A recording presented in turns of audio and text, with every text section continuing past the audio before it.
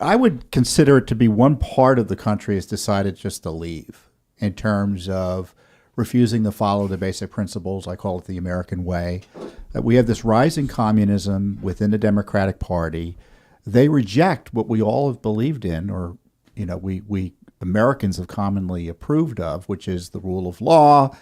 We have a Republican form of government. We don't vote by mob rule, which is what they try to do in Tennessee. Another basic respect for civil liberties and civil rights. And the communists don't believe in any of that. They're rejecting it. So, they'll try to overturn a legislature in Tennessee. They'll try to attack the Supreme Court here in Washington, D.C. They try to jail their political opponents in the form of Donald Trump.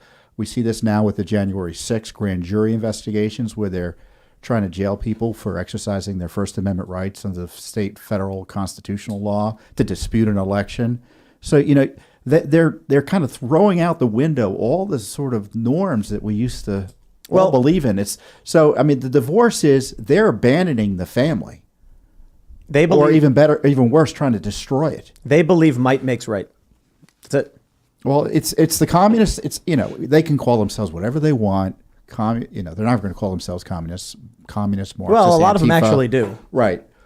But, this is the left. This is the totalitarian impulse of the left, and it's been unhinged. And I've been observing politics for longer than I care to admit to. Rarely would I say something is communist. But, we're facing this communist revolutionary moment over the last 2 years, 3 years. And I don't know. We're an undiscovered country when it comes to that. You know what my favorite part of this is? We have this story from the Daily Mail. Biden blasts shocking and undemocratic Tennessee House of Representatives for vote to expel one of 3 Democratic lawmakers. So if you, as a lawmaker, join a violent, call it a riot, because they were fighting with cops, and they were actually blocking a legislator in the bathroom, and he had to be like hugging police officers as they try and pull him through an angry crowd screaming and yelling. Biden calls it undemocratic to remove the people who did that. Right. So what would you call January 6th? What would you call your Justice Department trying to jail your predecessor for a speech where he told people to go peaceably protest about the election?